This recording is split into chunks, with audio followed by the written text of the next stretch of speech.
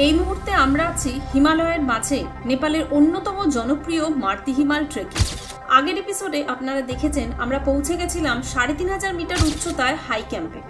আর আজ আমরা আপনাদের নিয়ে যাব বরফ মোড়া দুর্গম পথ দিয়ে মার্তিহিমাল ট্রেকের সর্বোচ্চ পয়েন্টে, পৃথিবীর উচ্চতম শৃঙ্গদের মাঝে মার্তিহিমাল বেস ক্যাম্প এবং মার্তিহিমাল ভিউ পয়েন্টে। আজ আমাদের 4 দিনব্যাপী মার্তিহিমাল ট্রেকের সবচেয়ে প্রতীক্ষিত দিন। তাহলে আর দেরি না করে শুরু হোক অ্যাডভেঞ্চার।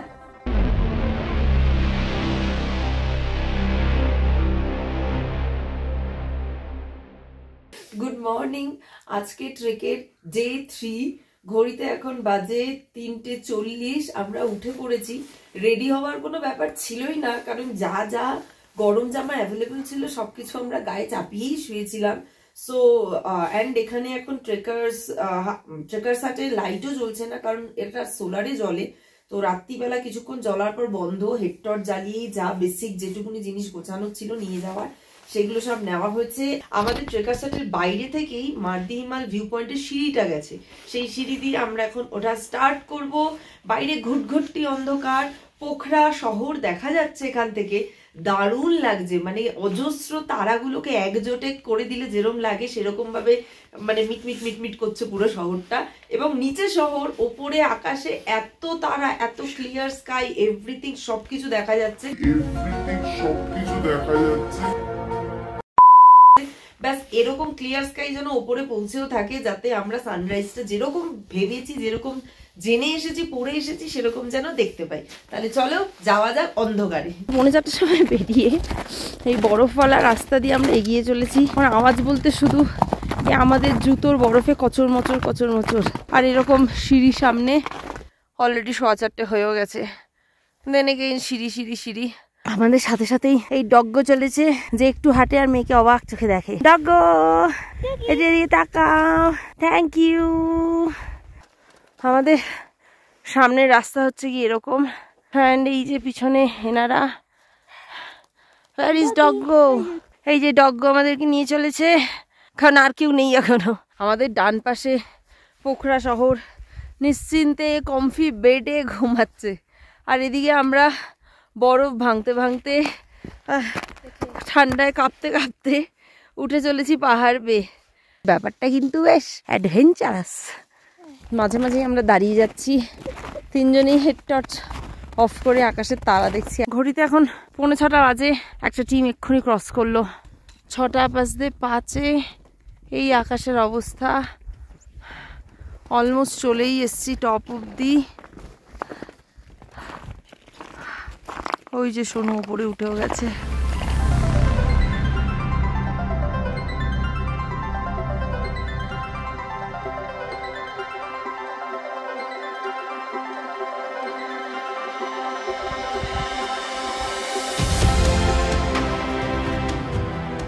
আর একটু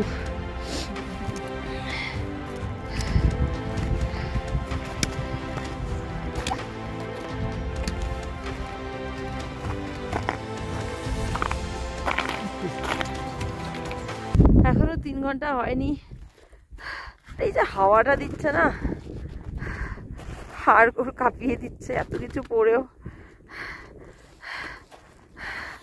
মেয়ে আমার আগে ওপরে চলেও গেছে। ওই যে আগে মেয়ে, ওটা ভিউ পয়েন্ট। বাচ্চা পুচুরের পিকে এখনো মেঘ সরবে সরবে মনে হচ্ছে, আমাদের জন্য ওয়েট করছে। এই যে সানরাইজ, এই যে আরো সবাই আসছে। সো আমরা চলে এসেছি মার্তিহিমাল ভিউ পয়েন্ট। এখানে মারাত্মক হাওয়া, মানে জাস্ট মারাত্মক। মাছাবুছারের পিকে এখনো মেঘ। তো ওই প্রথম আলো পড়ার ব্যাপারটা আমরা হাঁটতে হাঁটতে যেটুকু দেখতে পেয়েছি, প্রচন্ড ঠান্ডা, চারিদিকে বরফ। ভিডিও কি করব, আঙ্গুলি তো জমে যাচ্ছে।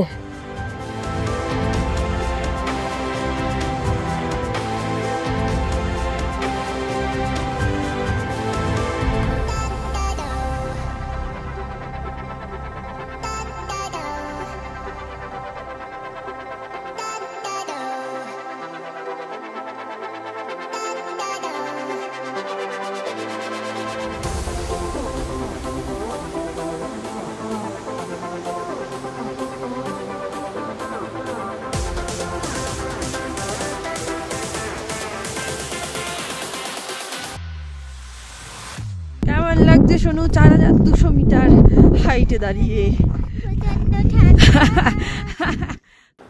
আমি গ্লাভসটাকে পরে নিই। হ্যাঁ, কজ আমার আঙ্গুল ইজ ফ্রিজিং। ওখানেও 3-4টে এরকম বাঁধানো উঁচু জায়গা আছে, বাট এখানে এত বেশি ভিড় কারণ এখানে একটা ছোট্ট শ্যাক মতন আছে যেখানে চা বা ম্যাগি বোধহয় পাওয়া যায়, বাট আরো আগে যাওয়া যায়। হ্যাঁ, এই রিজ ধরে ধরে ধরে ধরে ওই আগে সামনে অব্দি যাওয়া যায়। তো এখন তো 7টা বেজে গেছে, আমাদের প্ল্যান এখানে 10টা-11টা অব্দি তো থাকাই। সো যদি থাকি, ওয়েদার অনুকূলে থাকে, আমরা চেষ্টা করবো একটু আগে যাওয়ার। প্লাস যদি দমে বসায়, আমার হাজবেন্ড আমাকে দেখাচ্ছে গেলে তুই যাবি, আমি যাব না। সো এই খাটনি সার্থক। সত্যি ভিউটা অসাধারণ, কিন্তু কিছুক্ষণের জন্য এসে এতটাই এরকম হচ্ছিল, এতটাই ঠান্ডা লাগছিল যে ভিউটাকে অ্যাবজর্ব করতে টাইম লেগেছে। 1 কাপ চা খাওয়া অলরেডি হয়ে গেছে। নাও মেয়েকে 1 কাপ হট চকলেট দেওয়া হয়েছে, সেটা আমিও এক চুমুক খেয়েছি। এত ভালো লেগেছে যে নেক্সট এখন আমার জন্য একটা হট চকলেট অর্ডার দেওয়া হয়েছে। ব্যাগে করে খাবার নিয়ে এসেছি, কারণ ব্রেকফাস্টটা এখানেই with enjoying the view and all এরকম ভাবে করার ইচ্ছা। সো এরপর ব্যাগপত্র খুলে খাবার দাবার বার করা হবে, ভিউ দেখতে দেখতে খাওয়া হবে, নো মোর ভিডিও। কিন্তু ভিউ দেখতে দেখতে ব্রেকফাস্ট করা তো দূর, দুর্ভাগ্যক্রমে আকাশের হাল আর হাওয়ার বেগ কোনোটাই বেশিক্ষণ অনুকূলে রইল না। অগত্যা আরো 1.5-2 ঘন্টা হাইক করে মারতি হিমাল বেস ক্যাম্প আর যাওয়া গেল না। মারতি হিমাল ভিউ পয়েন্ট থেকে 2-3 জন যারা বেস ক্যাম্পের উদ্দেশ্যে এগোতে শুরু করেছিলেন, কিছুক্ষণের মধ্যেই তারাও ফিরে চলে এলেন। হাওয়ার বেগের সাথেই বরফকুচির ক্রমাগত ঝাপটা ভিউ পয়েন্টে দাঁড়িয়ে থাকা প্রায় অসম্ভব করে দিতে থাকে। বরফ ঢাকা মারতি হিমাল ভিউ পয়েন্টে বেশ কয়েকটি টি, হট চকলেটের শ্যাক থাকলেও মাত্র একটিই খোলা ছিল সেই দিন। অগত্যা চোখে মুখে বরফের সূচ ফোটানো থেকে বাঁচতে আমরা সেই ছোট্ট শ্যাকে আরো কয়েকজনের সাথে আশ্রয় নিই।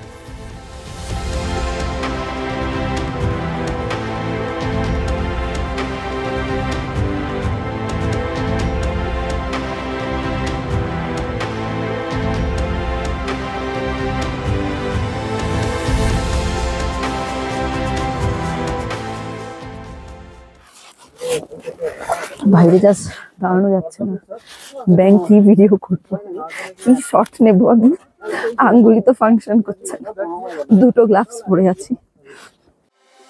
আবহাওয়া ঠিক হওয়ার অপেক্ষায় যতক্ষণে মেঘ কেটে রোদ উঠলো, আমাদের তখন ফেরার সময় হয়ে গেছে।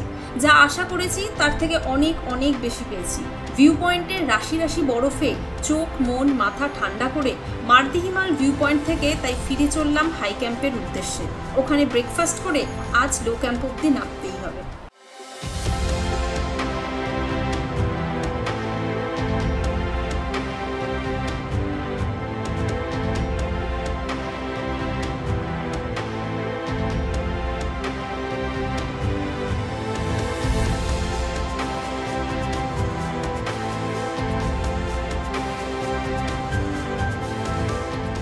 নেমে যাচ্ছি এখন। এই মোটামুটি বরফ পাহাড় পিছনে ফেলে, এই যে পিছনে রেলিংগুলো দেওয়া, এই রেলিংগুলো ফর সেফটি পারপাস, কারণ রেলিংয়ের ওদিকগুলো এরকম আমি দেখাচ্ছি। আর এত স্নো এখানে, যে হারে সবাই স্লিপ কাটছে, পড়ছে। ফ্রেশ স্নো তো রয়েছে, এবার যেগুলো জমে আইস হয়ে গেছে ওগুলো বিপজ্জনক। এগুলো হচ্ছে গিয়ে রেলিংয়ের এদিকে, পড়লে একদম ধুম শেষ।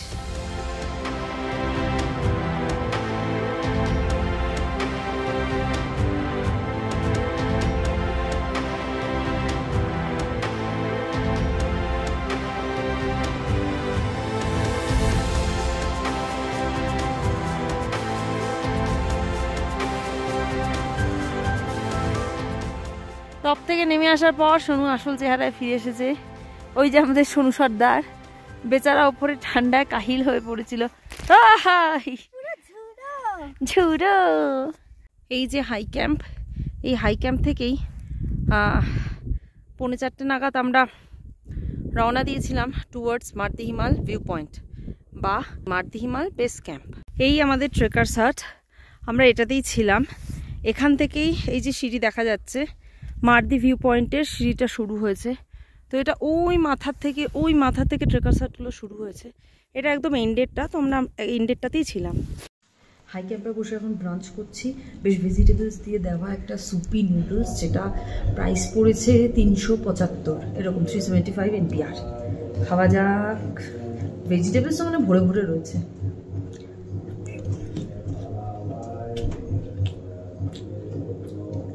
ঠান্ডার মধ্যে জমে যাওয়া কম্বিনেশন। ব্রেকফাস্ট সেরে প্রায় 12:30 নাগাদ হাই ক্যাম্পকে টাটা বাই বাই করে আমরা নেমে চললাম লো ক্যাম্পের দিকে। হাওয়ার তেজ থাকলেও নরম রোদের চাদর বেশ আরাম দিচ্ছে। ঘড়িতে এখন 2:30, আমরা পৌঁছে গেছি বাদলদারার যেটা এন্ড পয়েন্ট, মানে বেসিক্যালি বাদলদারাটা অনেকটা রিজিয়ন, সেখানে এটা স্টার্টিং পয়েন্ট করেছে। পিছনে কয়েকটা মিডিলে ট্রেকার্সার দিয়ে সেটা মিডল একটা পয়েন্ট করেছে, তারপর একটা আপার বাদলদারা, মিডল লোয়ার এরকম করে। বাট এখানে এসে বাদলদারা শেষ। এবার আমরা টুয়ার্ডস প্রসিড করব লো ক্যাম্প, ওখানেই থাকার ইচ্ছা আপাতত। দেখা যাক কতক্ষণ লাগে। আপাতত হাই ক্যাম্প থেকে বাদলদারার এই এন্ড, যেখান থেকে স্টার্ট হয় বাদলদারা, সেই অবধি নামতে ঠিক 2 ঘন্টা লাগলো, উইথ থেমে ছবি তুলে জল খেয়ে ইত্যাদি ইত্যাদি। আবার আমরা চলে এসেছি সেই জায়গাটায় যেটা আগের দিন আমার পায়ে তো স্পাইক ছিল, বাট বাকিরা ব্যালেন্স করে নেমেছিল। আমি তো তখন স্পাইক পরে খুব লাফিয়ে লাফিয়ে উঠেছিলাম, আর আজকে তো আমার স্পাইক নেই, সব তো প্যাক করে দিয়েছি। মনে হচ্ছে আমাকে স্লিপ কেটে, আমি না দিকটা দিয়ে বসে বসে স্লিপ কেটে নামি। ঘড়িতে এখন বাজে 3টে, আমরা পৌঁছে গেছি লো ক্যাম্প। লো ক্যাম্পে আমাদের আজকে স্টে হবে হোটেল মৎস্যপুছরে সমঝানা, এখানে থাকবো। অ্যান্ড চলে এসেছে আমাদের একটা লেমন টি, যেটা মেয়ে খেয়ে দেখছে কেমন হয়ে গেছে। ওর কি সুগার ছাড়া লেমন টি দিয়েছে, ওর হয়ে গেছে কি। সো বেশ স্মুথ নামলাম। যদি শেয়ার গাড়ি পাওয়ার চান্সেস থাকতো আরও একটু স্ট্রেন নিয়ে হয়তো আমরা সিদিং অবধিও নেমে যেতাম, বাট যেহেতু হাই ক্যাম্পে থেকে মানে ভিউ পয়েন্ট অবধি গিয়ে নেমে আবার এতটা নেমেছি, আজকে দিনটা আমাদের এমনিও বরাদ্দই ছিল, 4টে দিন ট্রেকের জন্য বরাদ্দই ছিল, তো ব্রেক করলাম। বাট বেটার এটাই হলো যে হাই ক্যাম্পে আজকে থাকবো ভেবেছিলাম, হাই ক্যাম্পে না থেকে আমরা এই যে ডাউনওয়ার্ডস নেমে লো ক্যাম্পে আছি। কালকে এখান থেকে সিটিং আমাদের ম্যাক্সিমাম 2 to 3 আওয়ার্স পড়বে। হোটেল মৎস্যপুছরে সমঝানা, যেটা located at the low camp, সেখানে আমরা এই রুমটা নিয়েছি, রুম নাম্বার 4। রুমটা এরকম, এটা 3টে বেডের রুম, বেসিক ক্লিন যেরকম হয়। একটা লাইট আছে এবং এটার চার্জেস আমার পড়েছে 500 টাকা। অ্যাকচুয়ালি এটা একজনের সাজেশনে এসেছিলাম, তো আমার মাথায় ছিল যে লো ক্যাম্পে যদি আমি থাকি আমি ট্রেকার সারটায় কথা বলবো। So this is it. এই যে হাই ক্যাম্পের থেকে আমাদের ডগ্গো চলে এসেছে আমাদের সাথে লো ক্যাম্পে, এবং সোনুর গ্লাভস পরা, হাতে আদর খেয়ে মোটামুটি আবার টান টান হয়ে শুয়ে পড়েছে। A few moments later. মামা ট্রেক তো শেষ হয়ে পড়ে, তো তুমি পুরো ট্রেক নিয়ে কি লিখলে, মানে কি কবিতা লিখলে? লিখে তো ছি বাবা, রোজই হ্যাঁ ট্রেকার সাথে শুয়ে শুয়ে লিখে তো ছি। হাসলে হবে না কিন্তু, হাসলেই কিন্তু খুশি। ঠিক আছে, আচ্ছা শোন তাহলে, এটা আমাদের মার্দি নিয়ে ট্রেকের কবিতা, ঠিক আছে? ট্রেকে গিয়ে চাপলো মাথায় কাব্য করার ভূত, ফেলু তপসে জটায়ুকে দিয়ে দিলাম রূপ। এই যদি হতাম আমি লালমোহন বাবু, মঙ্কি টুপি মাথায় দিয়ে শীতে হতাম কাবু। তুই যদি তপসে হতিস উনি ফেলু বাবু, পাহাড় চূড়ায় পৌঁছে গিয়ে পেতে ফেলতাম তাবু। গরম গরম ম্যাগি খেতাম সুরুত সুরুত করে, পূর্ণিমার চাঁদকে দেখে কাব্য যেতাম করে। ইয়াক দেখে বলতাম আমি ফেলু বাবু ওটা কি এনেছি আমি কুকরির সাথে, বের করব কি? তপসে হয়ে মুখটি টিপে হাসতিস তুই খুব, আমি তখন যেতাম রেগে ধুর সব উজবুক। তারপর হঠাৎ পেতাম যদি তীর দেখা, ভয় পেয়ে ভিড়নি খেতাম তোরা করতিস পাখা। মগনলাল এজেন্ট হতো ভয় দেখাতো খুব, খুব কসলি বলে বলে ট্রেক করতো বুক। ফেলুরূপী মিশু তখন মগজাস্ত্র জোরে, তোকে আমায় নিয়ে যেত বাজেট প্ল্যানিং করে। পাহাড় নদী বন জঙ্গল সব করতাম পার, সবুজ রঙে কুইট চড়ে ব্লক করতাম বার। ভীষণ জীবন ভীষণ সরল হতো, ঝুটঝামেলাহীন। যোগব্যায়ামে পেতাম খুঁজে পার্সোনাল জিম। এবার আসি আসল কথায়, কাব্য হলো ঢের, মনের ভেতর থাকুক বরং ফেলু বাবুর যে। কর্তাগিন্নি কন্যা মিলে আমরা 3 মূর্তি, দেশ বিদেশে বেড়াই ঘুরে মনে নিয়ে ফুর্তি। এমনি করেই চলতে থাকুক আমাদের অভিযান, রোমাঞ্চকর গল্পে ভরুক অ্যাট দ্য বহু প্রাণ।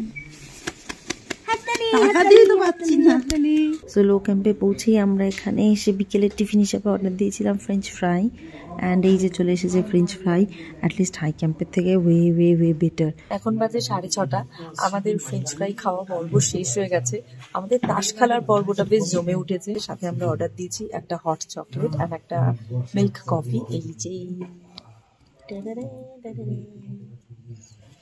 এখানে চেয়ারগুলোতে না গদি পাতা, গদির ওপর বেশ বাবু হয়ে সুন্দর করে বসিয়ে আমরা এখন গুছিয়ে খেয়েছি।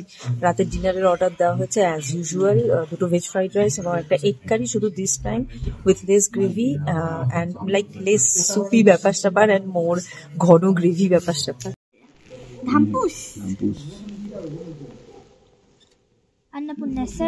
এখন 7:30 বাজে, আমাদের ডিনার চলে এসছে। এটার উপরে চিজ ছড়ানো। আমরা ভেজ ফ্রাইড রাইস বলেছিলাম, তার মধ্যে এগ কেন দিয়েছে আই ডোন্ট নো। আর এই যে ডিম কারি বা এগ কারি। আজকে আমরা সবাই এত টায়ার্ড, মুখ দেখানোর মতন অবস্থা নেই। খেয়ে দে সোজা ঘুম, দেখা হবে আবার কালকে।